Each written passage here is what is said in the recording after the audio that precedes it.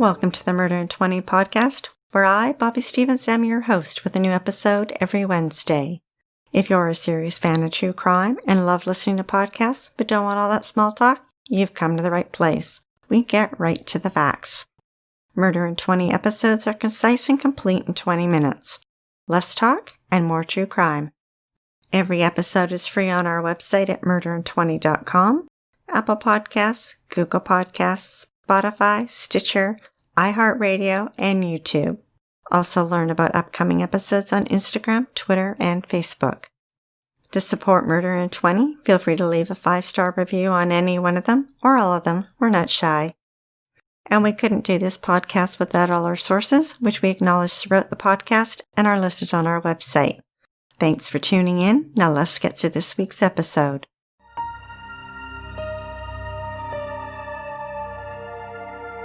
A troop of Eagle Scouts from Chicago made the trek to London in 1957 to participate in an annual variety show hosted by the royal family to raise money for charity. Front and center was 13-year-old John Edward Robinson.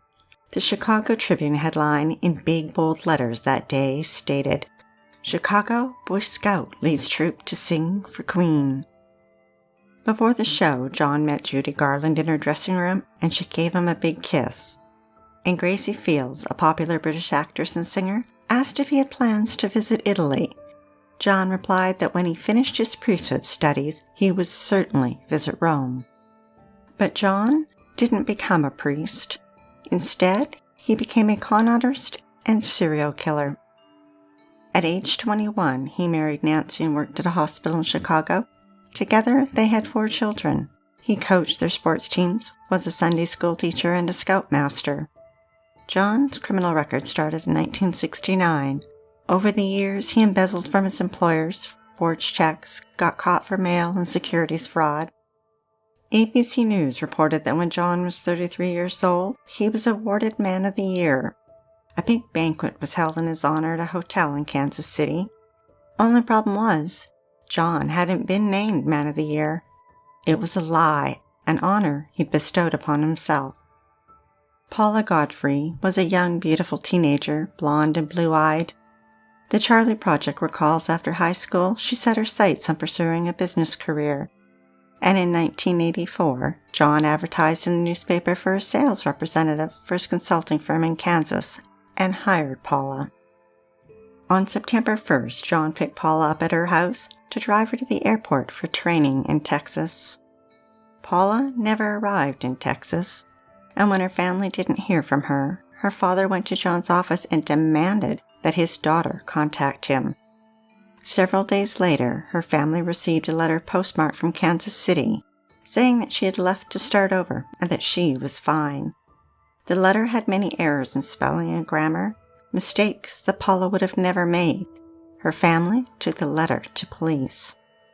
Meanwhile, John's brother Don and his wife Helen were trying to have children for a number of years, but it wasn't going very well, and they were considering adoption, and turned to John to see if he could help them. Just before Christmas in 1984, John began approaching women's shelters and hospitals, telling social workers and operators that he'd started the Kansas City Outreach Program to help pregnant women or those with newborns. He planned to help them with a place to live and get back on their feet. But he gave off a bad vibe, and social workers felt uneasy about his timing and that he seemed a little desperate to find a young mother. After Christmas, he connected with Lisa Stanzi. She was 19 with a 4-month-old daughter named Tiffany. Lisa had been married briefly, but when that didn't work out, she ended up at a shelter. John rescued her and whisked her off to a room at the Rodeway Inn Hotel that he paid for. One day, he asked Lisa to sign 4 blank pieces of paper. She was scared and called her mother-in-law Betty in tears. Betty told her not to sign anything and calmed her down. Then Lisa announced, "Here they come now," and hung up the phone. No one knows who they were or exactly what happened. It's thought that he returned to the hotel and picked up Tiffany. The Kansas City Star reported that John took Tiffany home to Nancy. The snow was falling and he arrived with her in his arms. She had no other clothes, diapers, or formula. He called his brother Don and Helen in Chicago and said that a woman had just committed suicide and her baby girl was up for adoption. John had adoption papers forged and picked up his brother and his wife at the airport. They signed what they believed to be legitimate adoption papers and paid John $5,500. At John and Nancy's house, they posed for photos, and in one of them John is seen holding Tiffany. Catherine Clampett was 27 in June 1987 when she moved from Texas to Kansas to be near her brother. She was a tiny little thing, less than 100 pounds and only 5 feet tall with black hair and brown eyes. She answered a newspaper help wanted ad that John had put in the local newspaper for his management consulting firm. The ad promised extensive travel and a new wardrobe. Then, on June 15th, she disappeared. Her brother contacted police, and although John was the main suspect, they couldn't tie him to her disappearance. Later that year, John was sent to prison for violating probation from a previous theft conviction years earlier. He served 6 years at the Western Missouri Correction Center, and while working in the prison library, he met librarian Beverly Bonner. Her husband was a prison doctor. John had a way of turning on the charm, so much so that when he got released in 1993, Beverly left her husband to be with him. After her divorce, she collected nearly $1,000 a month in alimony, and one day she wrote a letter to friends and said she was taking a job overseas. Then she disappeared. Over time, one of Beverly's brothers received letters in the mail that were supposedly from his sister, saying she was traveling abroad. In California in 1993, Sheila Faith, who was 45, met John through a newspaper ad. Sheila took care of her 16-year-old daughter Debbie, who had cerebral palsy and used a wheelchair. John offered to help them out financially, so they moved to Kansas to be with him. Mother and daughter were last seen in the summer of 1994. Family members never heard from them again. John killed both Sheila and Debbie with a hit to their heads with a hammer. Hard enough, it punched a hole in their skulls and they were rendered unconscious. John lifted each of their bodies and folded them into 2 large yellow metal barrels. He then drove them to his Raymore storage locker, sealed the lids closed, shut the door, and drove away. The internet and online world opened a whole new set of doors for John. While still married, he used alias such as Slave Master to seek out women looking for sex. The internet fed his fetish for bondage, dominance, and women willing to be his sex slave. Although always the con artist, he lied to them saying he was a successful businessman that traveled to exotic places around the world. Come, be my slave, I'll take care of you. And women fell for it. One of them was Isabella Lewicka. When she was 15, she immigrated from Poland with her parents and younger sister. Her father was a physics lab coordinator at the university, and her mother an assistant research scientist in the pharmacology department. Isabella, like her parents, was very intelligent. She loved art and enrolled in the Fine Arts degree program at Purdue University in Indiana. In June 1997, she completed her freshman year when she announced to her parents she was moving to Kansas for an internship. She was 19 and independent and told them very little. Isabella signed a contract to be John's slave and spent 2 years with him. She was a regular customer at a local bookstore. Her interests were in horror, vampires, witches, and the supernatural. In July 1999, she mentioned to the owner that she'd be leaving town to travel. At some point, John talked her into signing blank pieces of paper and writing out addresses of her family members on envelopes. John hit Isabella in the side of the head with a hammer, so hard that it rendered her unconscious. She did not even have a chance to defend herself. He then folded her body in the fetal position and lowered her face down into a large yellow barrel, along with a pillowcase with a green diamond pattern. He took the barrel with Isabella's body to the 16 acres he owned in Lynn County and left it outside, sitting under a tree. Isabella was 21. Isabella's father received an email supposedly from her that she was traveling in China, but he didn't believe it was her. He and his wife made a trip to Kansas City to the address she had given them, but it turned out to be a mailbox service. A month before Isabella was murdered, an old acquaintance of John's moved to Kansas to be near him. Over a span of 35 years, he and Barbara Sandre had kept in contact. Their time together was sporadic because John told her he worked for the CIA. They rented a duplex. It wasn't furnished, but he told her not to worry. He had furniture and storage. Among the household items, Barbara discovered hundreds of books on the supernatural and a set of sheets with a green and diamond pattern, but no pillowcases. A painting signed by John was hung on the living room wall. What she didn't know was that the artist was Isabella. In court, a woman who publicly remained anonymous testified that in the fall she advertised in a newspaper for a man to financially take care of her in exchange for sex. John answered her ad, and they agreed to $2,000 per month, plus he'd pay the rent on her apartment, and she would be available to him any time. Then he suggested she work for him and go on business trips to Europe and Australia. He told her they'd be busy traveling and instructed her to write letters to her family ahead of time, and they'd mail them on their trip. He then proposed to her with a wedding band that was obviously used. She wasn't impressed with his offer and turned him down and ended their relationship. Suzette Troughton was the youngest of 5 children. She and her mother Carolyn were close and talked almost daily. Suzette had 2 tiny Pekingese dogs named Pika and Harry that went everywhere with her. On February 13, 2000, Suzette told her family and friends about a great job opportunity, making $60,000 a year caring for John's elderly father. She packed up and moved with her 2 dogs from Michigan to Kansas into a hotel that John had paid for. But it turned out the hotel didn't allow dogs, so John took them to a local vet to board them. At this point, John was unemployed, and his wife was a manager of a mobile home park. And John's father, he died years earlier.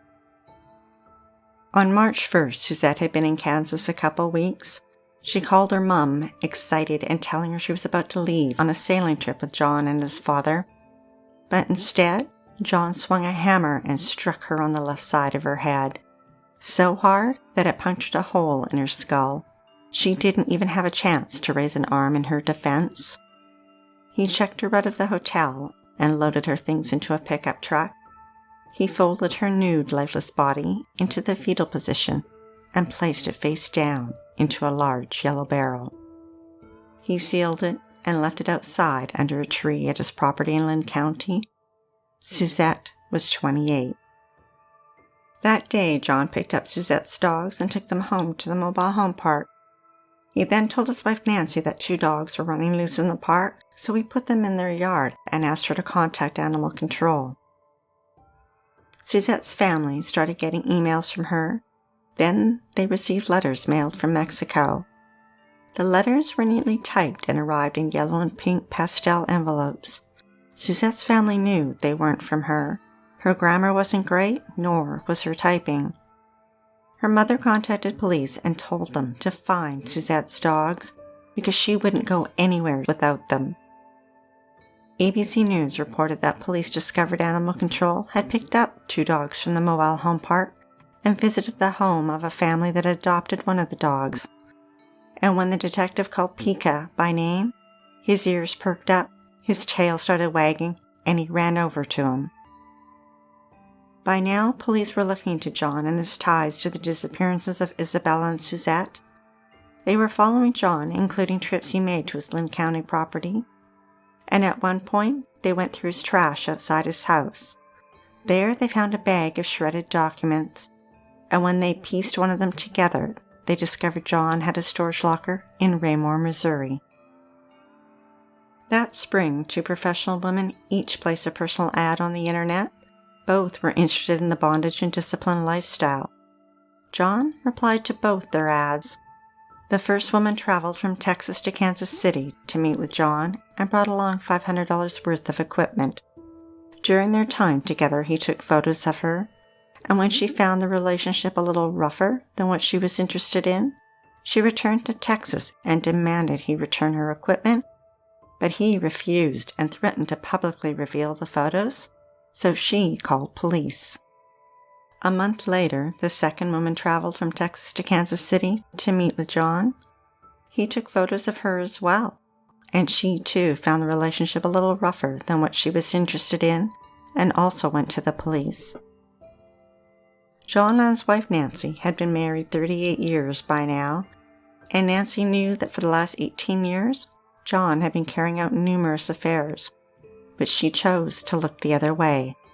She also knew that he had storage lockers in Olathe and Raymore. In court, it was revealed that on June 2nd, in John's Olathe storage locker, detectives found dozens of pieces of stationery and greeting cards. The blank pages were signed by Suzette and Isabella. They also found envelopes addressed to their family members. And in a brown leather briefcase, they discovered Suzette's Social Security card and birth certificate. And in a box, they found Isabella's driver's license and a photo of her lying on a bed with sheets with a green diamond pattern. The next day, police searched John's Linn County property. A search dog led police to an area beside a storage shed. Under a shade tree were two large yellow barrels. The Kansas City Star detailed how Lenexa Police Sergeant Rick Roth rolled both barrels to an open space and stood the first one upright. He noticed a small bead of reddish liquid trickling from the lid down the side of the barrel. He called over crime scene investigators, and using pliers they removed the metal bands that sealed the barrels. When the lids were removed, they stared down at two decomposing bodies. Investigators believed they were looking at Isabella and Suzette. Police then went to John's storage locker in Raymore. There, they found 3 more large yellow barrels. Inside, they found the bodies of 3 women they didn't even know were missing. John was arrested at his home in the mobile home park that he shared with his wife. The media dubbed him the Internet's first serial killer. Over 15 years, he had killed 8 women. Bail was set at $5 million. He was charged with 2 counts of capital murder in Kansas for Isabella and Suzette, and 3 counts of first-degree murder in Missouri for Beverly, Sheila, and Debbie. In court, it was revealed that when his brother Don and his wife Helen learned of John's arrest and his potential involvement with Lisa's disappearance and her baby, they searched the internet and found a picture of Lisa and Tiffany, but they didn't think their daughter looked like the baby in the photo. Meanwhile, police had been tipped off about Tiffany, and an examiner at the crime lab compared their daughter's footprints to Tiffany's on file at the hospital when she was born, and they were a match. DNA tests also confirmed she was Lisa's daughter. Later, Don and Helen legally adopted her. On December 7th, officials added 54 counts of forgery for the checks he cashed sent to Beverly, Sheila, and Debbie. A few months later, in February 2001, additional charge of aggravated kidnapping was added for Suzette, 2 counts of aggravated sexual battery against the 2 women he sexually assaulted, and 1 count of felony theft from stealing from one of the women, and aggravated interference with parental custody for taking Tiffany across state lines without her mother's consent. On February 5th, John's preliminary hearing into Isabella and Suzette's murders began. A maintenance man at John's Linn County property testified that John had asked his mother, who was visiting from Mexico, to take some letters back with her and mail them. The envelopes were pastel-colored, the same type Suzette's family had received. And remember the green diamond pillowcase found with Isabella's body and the matching sheets in the photo of her? They were the same sheets John had given to Barbara. Isabella's mother testified that she had bought them for her daughter. The hearing ended after 5 days. Prosecutors had called 50 witnesses. The defense did not call any witnesses. John's trial in Kansas began on October 7, 2002. In his storage locker, they had found a receipt for the Roadway Inn in 1985 with Lisa's name on it. And crime lab examiners testified to prints they found during the investigation that belonged to John. His palm print was identified on a plastic sheet covering the barrels in the storage locker. Another palm print was found on checks made out to Sheila and Debbie, and his fingerprints were found on checks made out to Beverly. His DNA was found on an envelope used to mail a letter to one of Beverly's brothers. The jury witnessed firsthand 2 of the large yellow metal barrels when they were wheeled into the courtroom. It took the jury less than a day to deliberate, and on October 29th, John was found guilty. 2 months later, he was sentenced to death. In Missouri, he was offered a plea deal for the remaining 5 murders in hopes he would lead them to the bodies of Paula, Catherine, and Lisa. Although he accepted the deal, that did not happen. To this day, their bodies have never been found. John resides on death row in Kansas.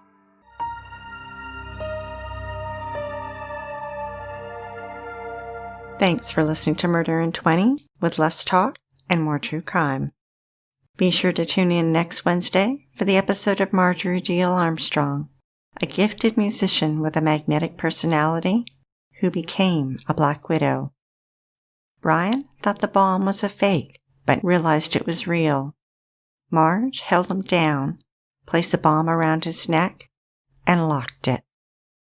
We'd like to acknowledge Purple Planet for use of their music and our many editorial sources who are listed on our website. If you're dying to hear more, past episodes of Murder in 20 are available for free at murderin20.com, Apple Podcasts, Google Podcasts, Spotify, Stitcher, iHeartRadio, and YouTube. And every week, we announce upcoming episodes on Instagram, Twitter, and Facebook. Until then, stay safe, sleep with the lights on, and don't play with strangers.